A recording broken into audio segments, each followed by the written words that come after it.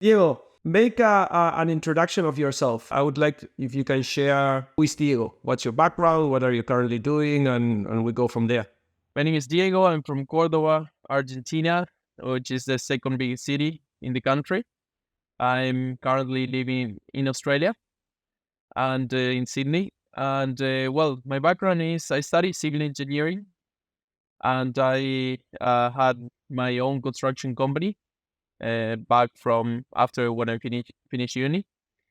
And we started Leanmote. I'm the founder of Leanmote now, and we started Leanmote here in Australia with a business partner, Rodrigo. And the whole concept and the whole idea of how we started with Leanmote is it relates to a personal story.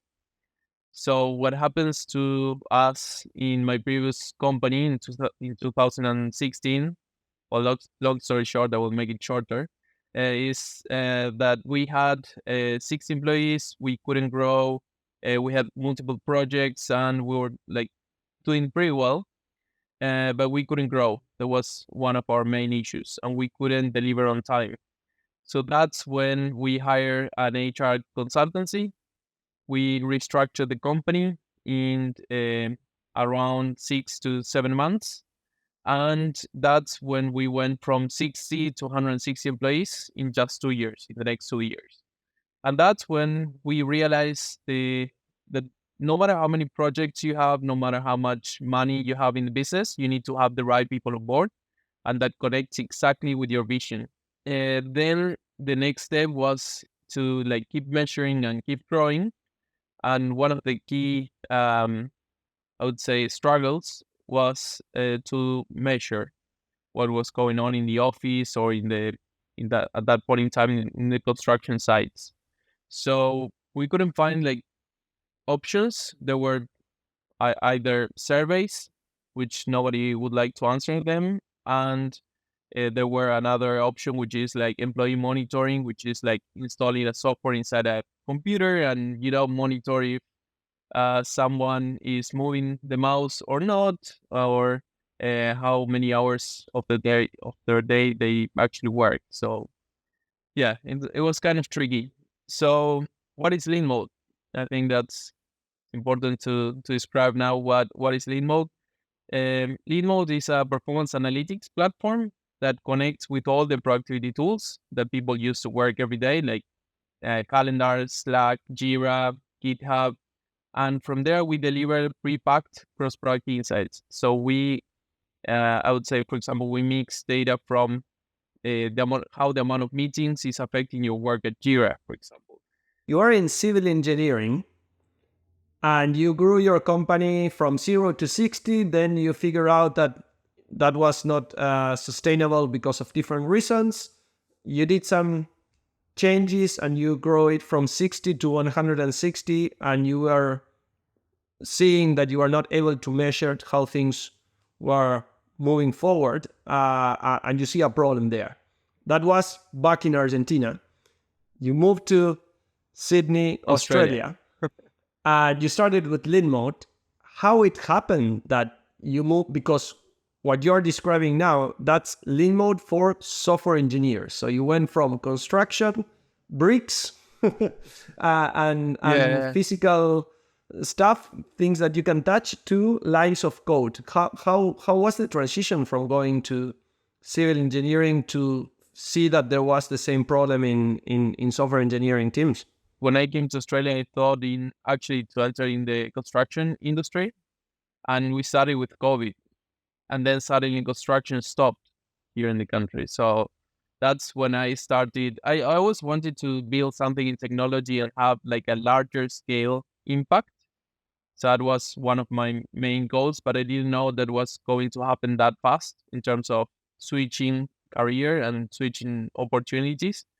So I ended up actually building more like an HR software to measure and motivate employees, no matter the industry or the department that they work in. But we realized that actually HR is a very complicated department in terms of they want to keep going with the tools that they currently have. So it's difficult to implement innovation in HR, especially because for example, we started with the well-being concept. First, we wanted to measure well-being, and what happened is that when we speak to HR, everything was right, but then we need to speak to finance, we need to speak to operations to actually convert the sale, and they see well-being as a nice to have. They don't see well-being as a must-have.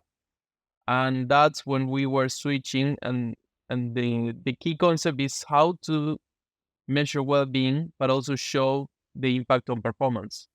If we were able to show the impact on performance, then companies they will be able to buy this kind of solution, because they will see exactly what is happening in the different teams. And well, first we started with quick check-ins integrated with multiple tools. So it was more like a active data collection. Then we realized that people are not keen to answer this for a long time. So we needed to actually find a way to connect the tools, and we tell them how they are, and not asking the users what is happening.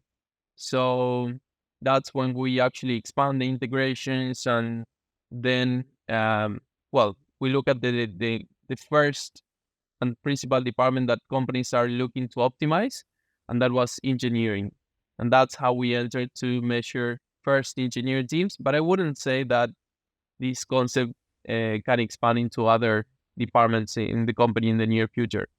Great. And yeah, now definitely tell me more about Leanmote.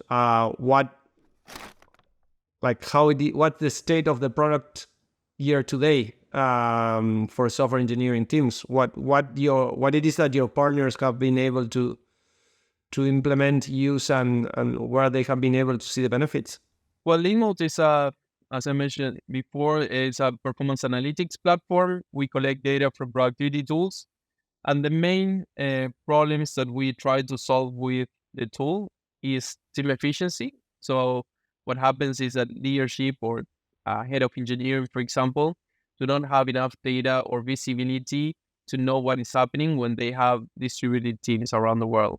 So you have people working in Canada, in the US, for example, and let's say in Europe, and you don't know exactly what's going on. So providing that visibility is key to optimize teams. And also there should be a new way to measure performance.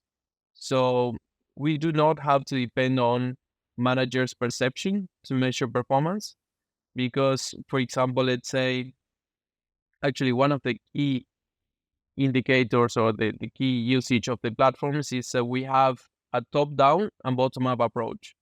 We want that every employee is on board with the platform, and we want also leadership on board with the software. So that means that we offer an employee user as well, so they can track themselves.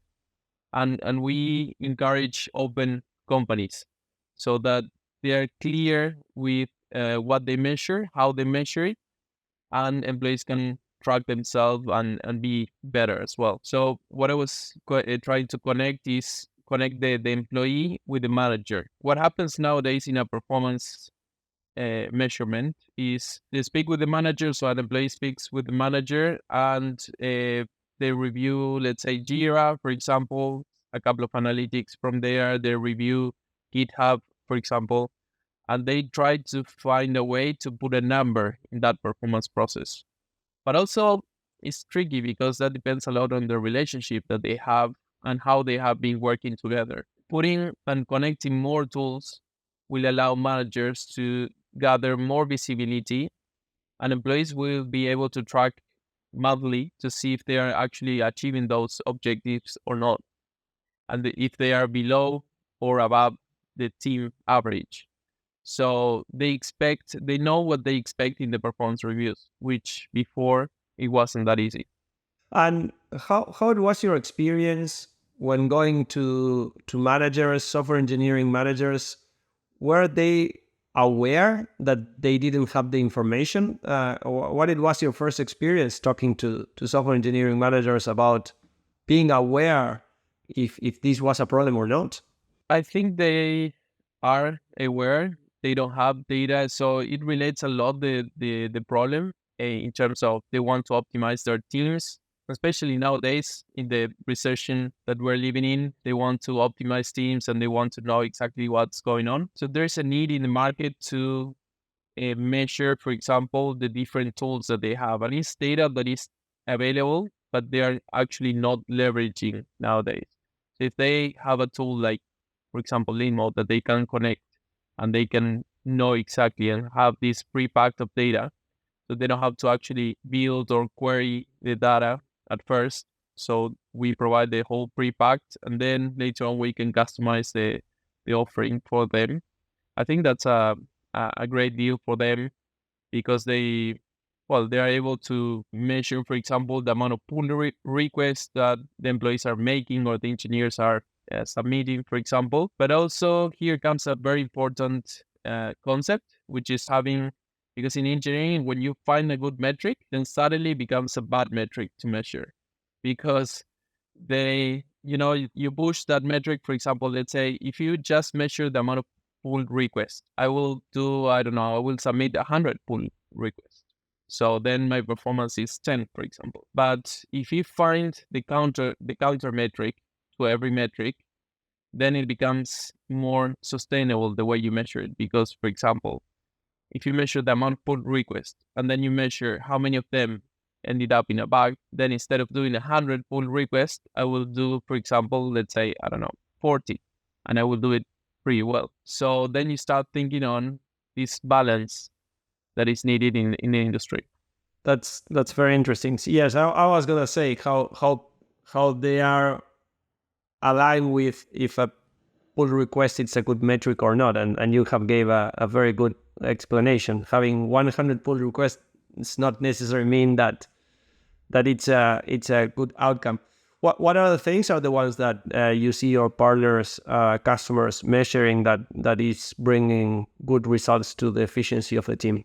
We define productivity and we define Leanmote, or we actually measure teams in 4 different areas. So we have performance, so metrics that relate to performance, then metrics that relates to well-being, to time management, and to team connectivity. And we believe that productivity is the balance of those 4 key areas. For example, if you work longer hours, it will affect your time management, but it will affect positively your performance because it will increase your performance, you will get the job done, but then it will affect your well-being because you have been working longer hours. You have achieved your goal or your objective, but you have been working longer hours. It's a way to know exactly your balance and how you operate inside the team. So I think it's a very good way to measure and to know the impact on the different areas. Very specific, for example,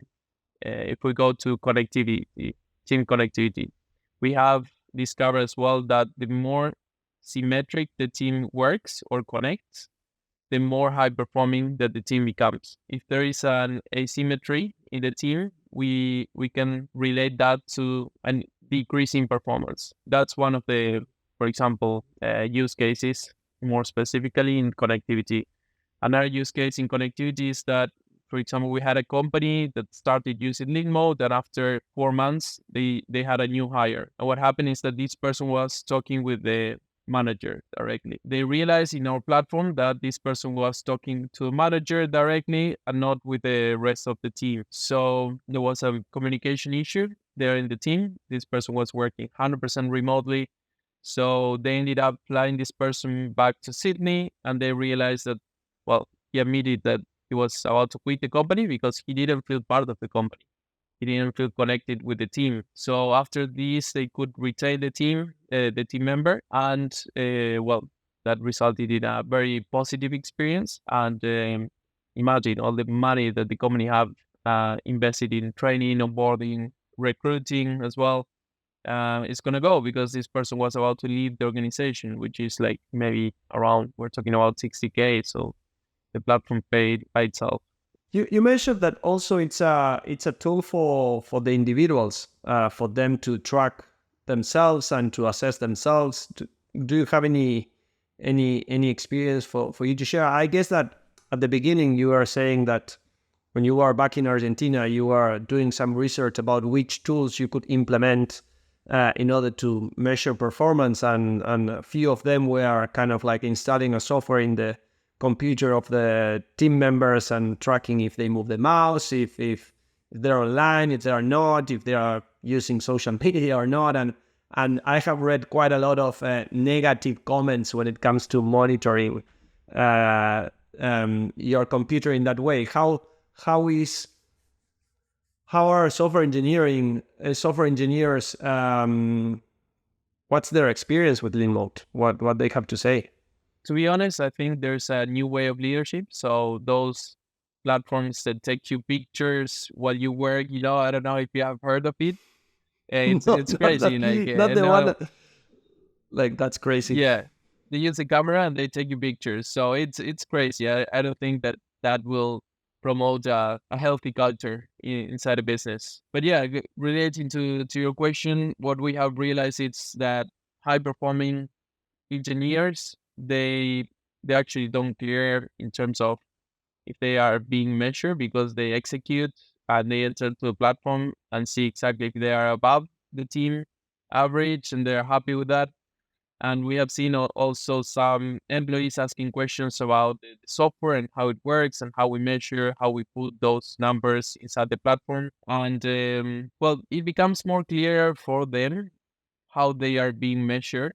And for example, I will give you a I was quick gonna say, example. don't forget Yeah. about the example you're gonna share with me. But I was gonna say it's an easier way to set expectations, and everyone is aligned on how you are being measured. Like, instead of, as you were saying before, depending on the relationship with your manager, they will assess you in one way or another, and maybe it's not objective in what it is that they should be measuring. And in this case, everything is pretty clear and it's open and everyone can see everything. So yeah, it makes quite a lot of sense. Imagine this case scenario. You're working for me. Let's say I'm your manager, and I have all our documentation in a Google Doc. Okay, and then I leave the company because I don't know, I got a job offer to work for, let's say, OpenAI, and and let's say that I go and like you're assigned to a new manager. What happens here is that, so you have been working for the last 2 years with me. Everything is clear. We set expectations. You're about to get to the next role. Suddenly, I leave the company to work for another company, and you are assigned to a new manager, and you have to start again the whole process because this person doesn't know you, so they don't know how you work. They don't know how you operate. I don't know. Like the employee there decides in terms of, okay, should I start again the whole process with a new manager, or I didn't like this and this from this company, and should I actually resign and find a new job? Then it becomes more clear that if you have a platform and you get assigned to a new manager and they know exactly that you have been working for the last 2 years above the team average, for example, and you deserve that new role, then they're going to give it to you and you're not going to resign. So in a way, you are retaining talent as well. 100%. And it's way more objective to measure. It's not the performance review from previous year where it was the opinion of your manager on how you are performing. It's pretty clear on what is being measured and the outcome straight away. It's not an analysis of the perception of one person over the work of the other person. Yeah, that's 100% like that, and also you can't improve what you can't measure, what you don't measure, for example. So one of the new charts that is coming is to measure the amount of interruptions that you have during your day. And if I ask you, hey Sandy, how many interruptions have you had the last month, for example? Are you measuring it? So as we cross-product the insights that we collect, we can, for example, let's say, measure exactly that you have in your calendar a block, like a deep work time, for example, of 2 hours, let's say. And then suddenly a Slack message comes into your Slack, or a Microsoft Teams message comes in. And then did you answer it or not? So if you answer it, that counts as a one interaction. So that's how we measure, for example, the amount of interruptions that you have during your day, based on your calendar, how you structure your day. So it becomes more clear for a user that wants to improve actually their performance as well. What have you just shared, I think it's a very good example of how people waste time. And as you said, it's like auto measure. Indeed, the other day I came across this LinkedIn post where it says like kind of a technique. Grab a post-its, and every time you switch tasks, like take a note and document it basically. It's a manual way of doing it, but you have to be very conscious. And you might start doing that and you do it for a week, but probably you won't do it like the whole year or even for a month. Indeed, I never started. I said I was going to do it and I never started. So having a tool like Leanmote that allows you to track all these things without effort, it looks pretty handy. And that's something I talk quite a lot with my team at the end of the day, because many people are kind of like, I wouldn't say, yeah, they're kind of against metrics. In many places, metrics, it's kind of like, if they are doing metrics, it means they're measuring me, it means they're not trusting me, it means that I might be exposed, and people are kind of like not friend with metrics. Of course, metrics, just by the sake of metrics, it's not good enough. It's about a lot of other things. But I know that you are a big fan of Formula One. But if you go to sports, and even in Formula One, where they track up Yeah. like they track absolutely everything. And if you go into rugby or soccer, like they would be measuring absolutely everything. So why not in the corporate world or in the engineering world or whatever? Why wouldn't we want to track to become better at what we do? Yeah, in terms of sports, it's all about performance. Normally, there are only a couple of, I would say, sports that they really care about well-being, or they care about well-being if they know that impacts performance. But it's all about like having consistent performance. So in terms of work, it's kind of, I feel that it's a little bit different compared to sports, but you need to be like a high performing athlete, that they call it. I don't know if you have read the Harvard research about being a high performing athlete. I think it's a great article. Yeah, then we can add it to the comments. But yeah, I think it's kind of different because you're balancing. Nowadays that you're working remotely, you're balancing also family, work. It's kind of a tricky situation. Versus sports, you need to be in the field. You can concentrate for, let's say, 2 hours. So it relates more like the deep work phase, I would say. It's kind of different because you are training, and you go into competition once every week or once every, I don't know, months sometimes. So, and you perform on something for a first period of, like for a short period of time. When it comes to work, you perform on a daily basis. Yeah, 100%, I agree. And you have to balance also like work, finance, and many other stuff that comes around, and especially when you're at home. Yeah, but I would say that if you go to, I really like tennis.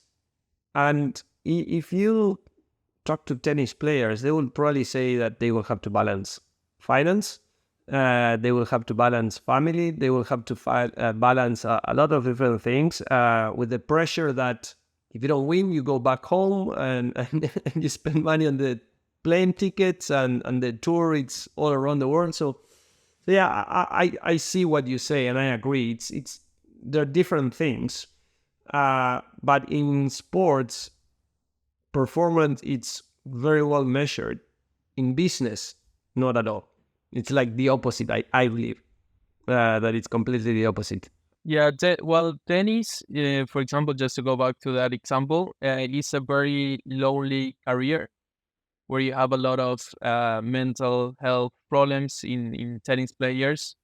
And for example, it's actually harder to be a great tennis player than having a startup, for example, because you depend 100% on yourself, on your skills, on your abilities to actually achieve greatness, and you need to train. It's a very lonely sport, and a lot of money invested in a person, for example. to become a great tennis player. So I really admire the people that actually make it. And only I think 100 tennis players will live by their salaries. So the pressure is like, yeah, I don't know, next level.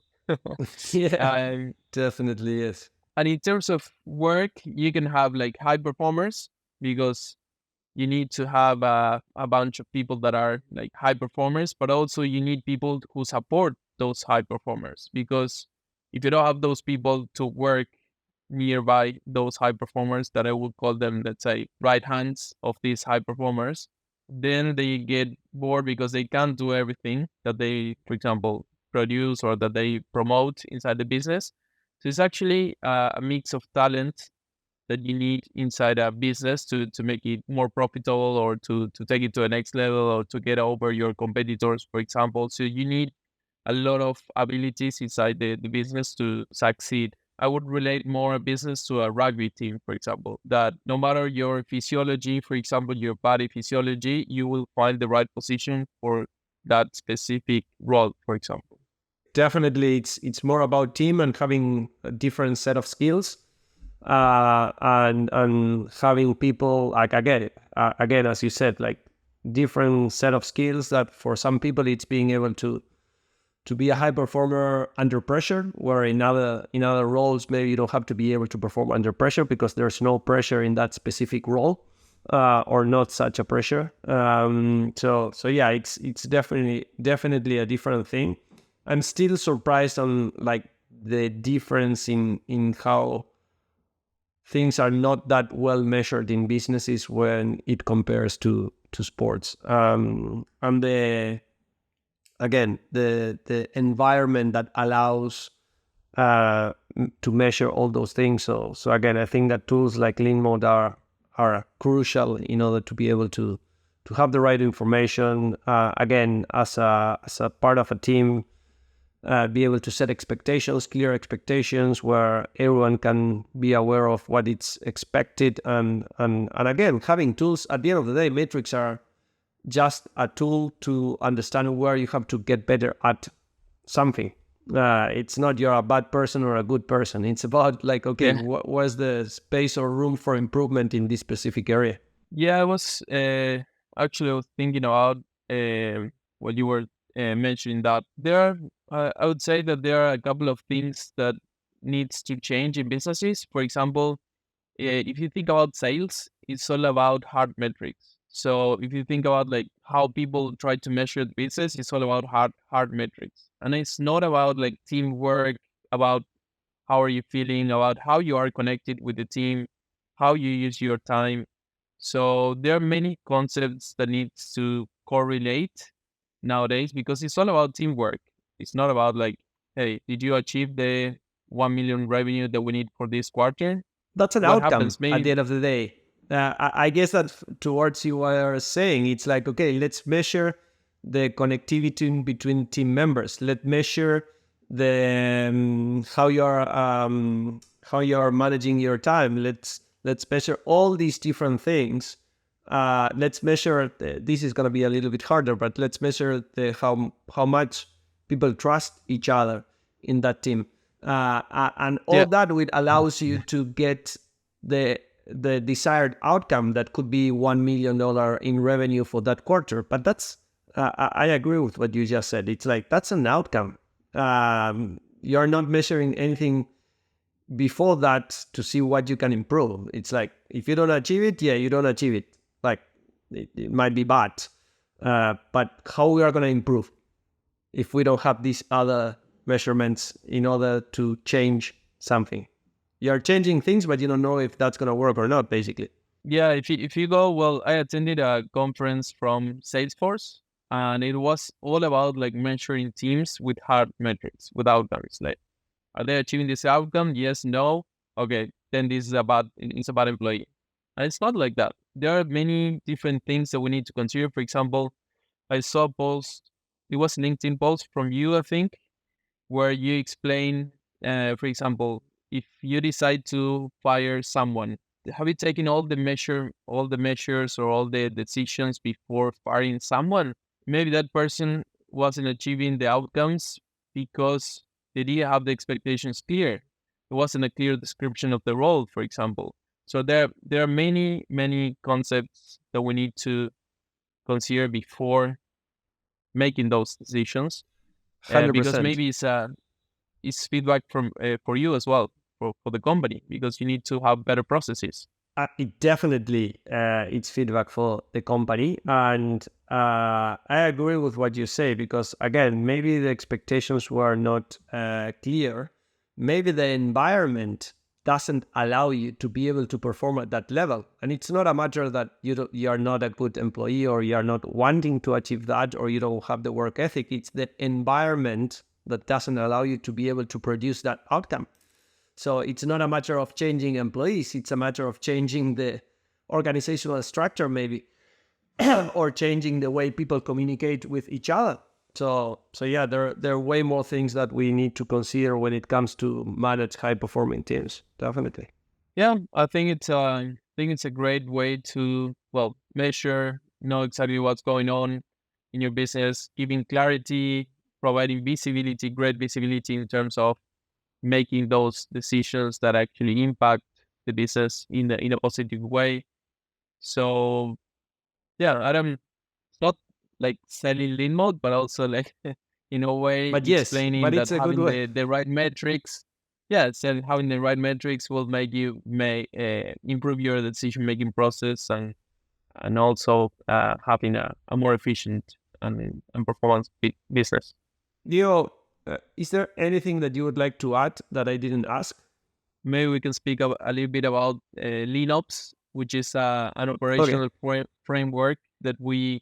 This is an operational framework that we propose to have in businesses, which is similar to tech ops. I don't know if you know tech ops, but are the Yeah. meetings that company have once a week, where they monitor software performance, and they measure, for example, bugs and errors that occurs during the week, for example. I think that we need to start also having metrics about the team and measuring and constantly speaking about what's going on in your team. So let's say you monitor a specific metric that you do not want to go above a certain level.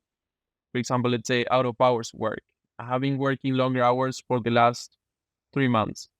I know as a leader that if I keep going that hard, then my team is gonna burn out. If you find a way to monitor that specific metric and you can speak about that, let's say half an hour per week, you will be able to, well, have a more efficient team and have a more productive team, because everybody is aware of what's going on, and also you're aware of, let's say, people are having working longer hours. You can say, okay, let's give one day off, for example. That depends a lot on, well, the manager, on what's going on and how they operate and how they work. So we encourage to have this 30 minutes meeting to speak about metrics and insights that you have in your different tools. Of course, it's better to have everything together in one place, like Leanmote. But if you don't have it, at least look at the insights and the metrics that you would like to follow on with your team. No, it makes sense to, again, yeah, be able to have the time and moment to go through all these different things, and not just leave it there. No, that's great. Cool. Leo, thank you very much for taking the time to share all your experience with Lean Mode, and yeah, again, your experience with this, and how you have been focusing on helping companies build more performing teams, well-being, taking in consideration well-being, and taking measurement to the next step, to the next level, and not just, it's crazy, taking pictures of your team members through your computer. Yeah, I never there are had that one. softwares.